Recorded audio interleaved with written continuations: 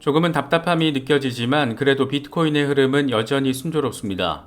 44,000달러 돌파 테스트를 지속하면서 나름의 반등 모멘텀을 유지하고 있는데 현재로서는 기준 타깃은 44,500달러, 여기를 뚫어내면 48,000달러까지 내다볼 수 있고, 반면 여기를 돌파하지 못하고 지금 수준에서 추가 후퇴를 할 경우에는 20일 지수이동 평균이 자리한 39,800달러 부근까지도 빠질 수 있습니다. 공포 탐욕 지수는 하루 전보다 1포인트 오른 74를 기록하면서 탐욕 단계가 이어지고 있습니다. 비트코인 도미넌스는 살짝 빠져주면서 53%대로 후퇴했는데 덕분에 주요 알트코인들이 움직일 수 있는 여지를 만들어주고 있는 그런 상황입니다. 현재 비트코인의 흐름과 관련해서 익명의 분석가 맥스는 두 가지 시나리오를 제시했습니다. 첫 번째 시나리오는 가격이 계속 상승해서 48,000달러를 찍고 그리고 나서 박스권 저점까지 후퇴하는 상황. 이건 다시 말하면 31,000달러까지 빠졌다가 6만 달러를 향해서 랠리하는 상황을 의미합니다. 두 번째 시나리오는 가격이 지금 수준에서 추가로 하락하면서 35,000달러 부근에서 지지 테스트를 진행하고 6만 달러를 향해 나아가는 그런 상황입니다.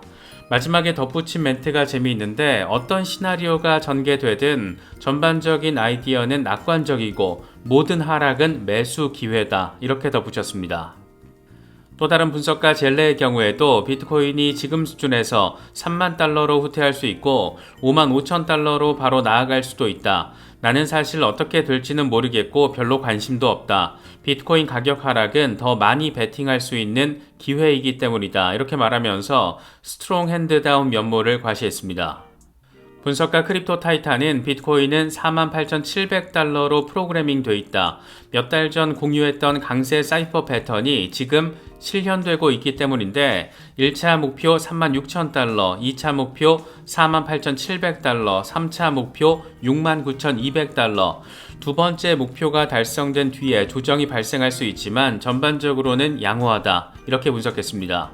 결국 여러 분석가들이 이야기하는 전망들 가운데 교집합을 꼽아보자라면 대체로 48,000달러를 찍게 된 뒤에는 의미 있는 수준의 조정이 발생할 가능성이 높고 그렇게 다지기를 한 뒤에 다시금 돌파 테스트를 진행한다. 그건 아마도 전고 돌파 테스트가 될 것이다. 이 정도로 정리할 수 있을 것 같습니다.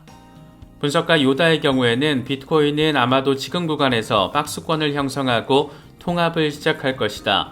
이건 알트코인들이 강세를 보일 거라는 것을 의미하는데 비트코인이 지금 수준에서 40에서 50% 수준의 되돌림을 보여준다라고 해도 상관없다.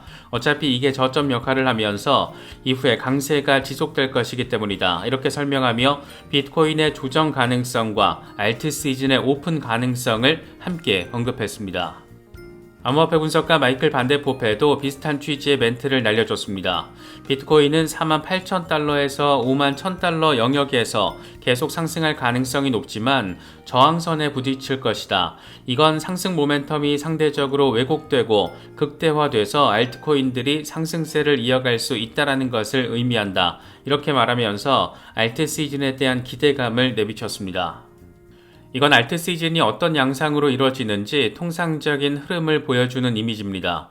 먼저 1단계에서는 비트코인이 먼저 움직여주고 그리고 나서 알트 대장인 이더리움, 이어서 메이저 알트코인들이 움직여준 뒤에 그리고 나서 본격적인 알트 시즌, 우리가 익히 잘 알고 있는 자고 일어나면 잡코인들이 미친듯이 펌핑하면서 미쳐 날뛰던 바로 그런 시장 상황이 펼쳐질 수 있다는 그 흐름을 보여주고 있는 겁니다. 지금의 상황을 이 이미지에 대입을 시켜보자라면 지금은 딱 3단계 메이저 라지캡 종목들이 움직이고 있는 상황이라고 할 수 있습니다. 먼저 알트 대장 이더리움 상황부터 짚어보면 이더리움은 지금 단단한 흐름을 확인해주고 있습니다.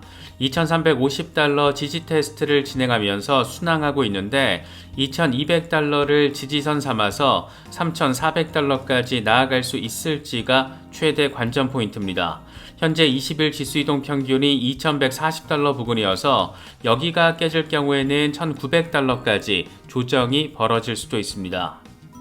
익명의 분석가 크립토 위자드는 이더리움에 대한 긍정적인 전망을 제시했습니다. 재미는 이제 막 시작됐다. 나는 34일 전에 2,550달러를 첫 번째 목표로 제시했는데 이더리움은 지금 그 길을 향하고 있고 그 과정에서 곰 세력이 할 수 있는 일은 없다. 이렇게 설명을 하며 2,550달러 이후 3,600달러 랠리 가능성을 언급했습니다. 메이저 종목들 가운데 하루 이틀 사이 가장 큰 주목도를 이끌어낸 것은 하루 사이 50% 수준의 폭등을 펼친 에이다 카르다노입니다. 현재 0.6달러 돌파 테스트를 지속하고 있는데 지금 구간에서 살짝 조정을 받다가 다시 반등을 해주면 0.7달러까지도 내다볼 수 있고 반대로 지금 수준에서 하락세가 이어질 경우 0.52달러를 거쳐서 20일 지수이동 평균이 자리한 0.41달러까지도 후퇴할 가능성이 존재합니다. 익명의 분석가 렉트캐피탈은 에이다가 조정을 받을 경우 지지라인으로 0.51달러, 이후에 0.72달러까지 나아갈 수 있다라는 전망을 제시했습니다. 0.51달러까지 떨어질 경우에는 0.72달러 랠리 가능성이 더 높아진다라고 덧붙였는데 다시 말해서 추가 후퇴를 하더라도 이건 건강한 조정이 될 것이고 이후 경로는 이미 세팅돼 있다. 이런 얘기를 지금 하고 있는 겁니다. 분석가 알리의 경우에는 에이다가 단기 조정을 겪을 수 있다라는 점을 언급했습니다. 이제부터는 조심해야 한다. 일간 차트와 3데이 차트에서 매도 시그널이 나타나고 있고 이건 1개에서 4개 캔들이 조정될 수 있다라는 것을 시사한다. 이건 카르다노가 추가 상승 추세를 재개하기 전에 단기 하락일 수 있다. 이렇게 분석했습니다. 짧게는 하루, 길게는 12일 정도 조정이 벌어질 수 있다라는 점. 이번에 단기 대응 목적으로 에이다에 진입하신 분들은 이런 분석도 참고하시면 좋을 것 같습니다. 센티멘트 역시 에이다 카르다노에 대해서 긍정적인 전망을 제시했습니다. 카르다노는 2022년 6월 이후 가장 높은 0.633달러를 최고가로 기록했다. 거래량도 이때 이후 가장 활발하게 이루어지고 있고 사람들의 관심 역시 크게 증가하고 있다. 지금 크립토와 관련된 논의들 가운데 4%가 에이다와 관련된 것들이고 이건 많은 사람들이 에이다에 관심을 가지고 있다는 것을 보여준다. 이렇게 설명을 했습니다. 솔라나의 경우에도 차트상으로는 순항하는 모습을 확인할 수가 있습니다. 크립토 타이탄은 솔라나 월간 차트를 기준으로 돌파 이후에 피보나치 618 구간까지 랠리를 성공적으로 벌였고 이제 786 구간을 향해서 나아가게 되는데 이게 가격으로 치면 124달러에 해당합니다. 그러면서 덧붙인 말이 건강한 조정이 일어나기 전까지 100달러는 그렇게 무리한 상황이 아닌 것으로 보인다. 이렇게 말했습니다. 도치코인 역시 주요 저항선을 순조롭게 돌파해줬는데 도치코인의 흐름과 관련해서 라케시 우페드히에는 도치코인이 0.11달러 근처로 급등했지만 캔들의 긴 꼬리에서 볼 수 있듯이 황소들이 더 높은 수준을 유지하지 못했다. 그래도 긍정적인 것은 0.1달러 아래로 빠지지 않았다라는 건데 이건 황소들이 0.11달러 돌파 리테스트를 진행할 거라는 것을 의미하고 이게 성공할 경우에는 0.14달러를 거쳐서 0.16달러까지 나아갈 수 있다. 반면 20일 지수이동 평균이 자리한 0.09달러 아래로 빠질 경우에는 약세의 첫 번째 신호가 될 수 있는데 이렇게 되면 0.07달러까지도 후퇴할 수 있다. 이렇게 분석했습니다. 이건 인투더블록 데이터를 가지고 분석가 알리가 분석한 내용입니다. 63,280개 주소에서 32억 달러 규모의 도치를 매수한 덕에 0.095달러 지지선이 강세를 보이고 있고 이에 따라서 상승 여정이 시작될 것으로 보인다.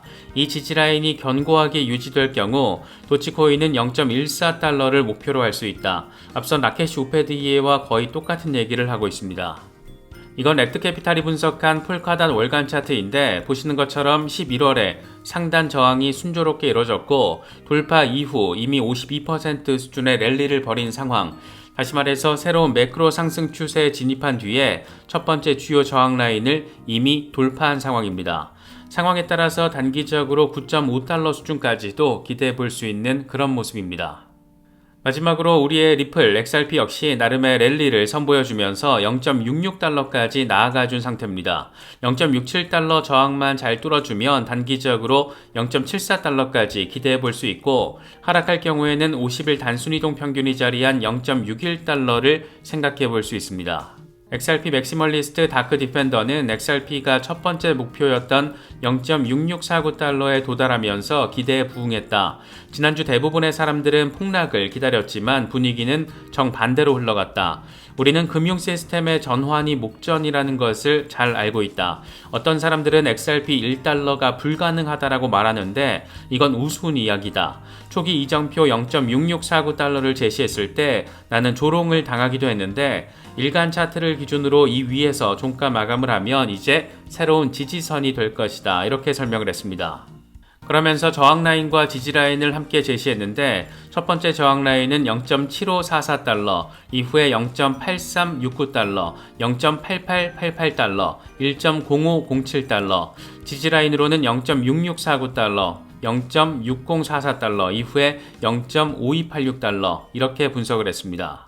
XRP 맥시멀리스트 가운데 한 명인 에그라 크립토는 XRP BTC 주간 차트에서 하락 쐐기 패턴이 형성되고 있다라는 점을 설명했습니다. 패턴이 잘 완성될 경우 XRP는 비트코인보다 훨씬 더 강력한 퍼포먼스를 보여줄 수 있다라는 건데 안 그래도 비트코인 현물 ETF 메타로 인해서 비트코인이 그 어느 때보다 관심을 받는 상황에서 XRP가 비트코인보다 더 나은 퍼포먼스를 보여주는 상황이 2024년과 2025년에 펼쳐질 수 있다라면 그 자체만으로도 폭발적인 반등 상황을 현실화시켜 줄 수 있지 않을까 꽤나 긍정적인 기대감이 깔려 있는 분석입니다. 마지막 문장으로 덧붙인 멘트는 XRP 아미는 꾸준히 그냥 꾸준하게 이렇게 덧붙였습니다. 크립토 타이탄은 비트코인 5만 1000달러는 불가피하다. 아예 이렇게 직접적인 표현을 날렸습니다.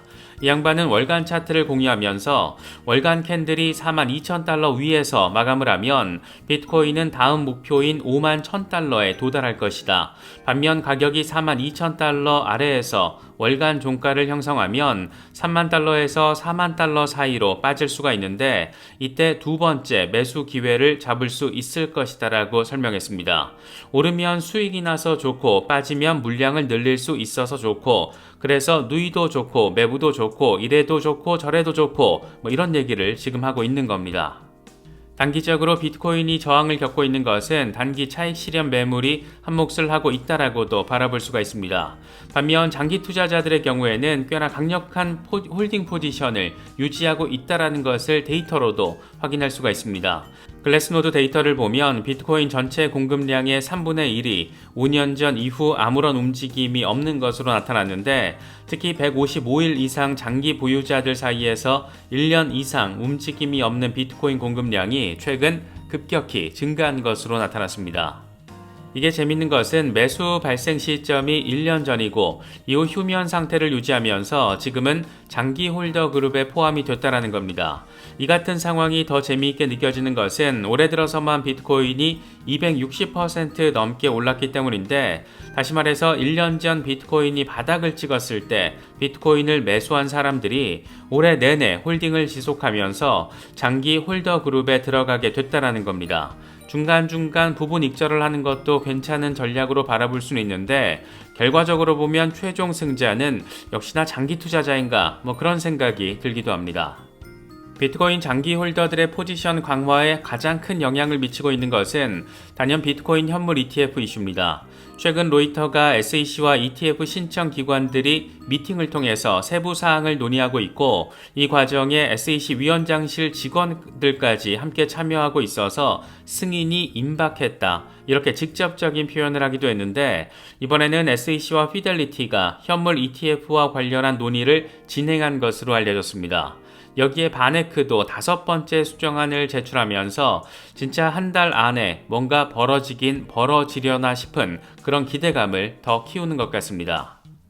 그래서 비트코인 가격 전망 역시 전폭적으로 등장하고 있습니다. 골드만삭스 출신의 유명 매크로 투자자 라울 팔은 비트코인이 내년에 10만 달러에서 20만 달러 수준에 도달할 확률은 60%다 이렇게 멘트를 날렸습니다.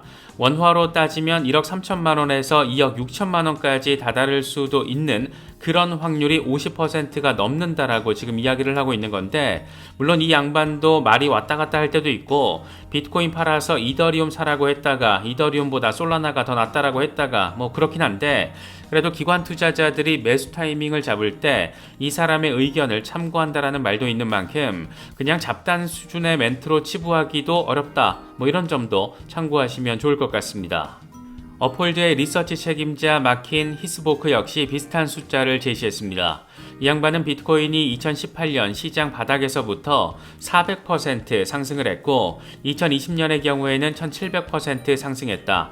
이런 과거를 기준으로 놓고 보면 비트코인은 기관 수요에 힘입어 짧은 시간 안에 20만 달러에 도달할 수 있다라고 분석했습니다. 비트코인 현물 ETF가 승인돼서 기관 자금이 유입되면 단기간에 20만 달러 찍을 것이다. 뭐 이런 얘기 지금 비슷하게 하고 있는 겁니다.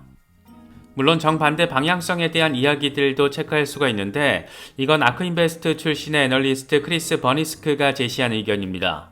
이 양반은 비트코인 현물 ETF 승인 이후에 차익 실현 매물이 나오면서 단기적으로 가격 하락이 나타날 수 있다라고 말했습니다.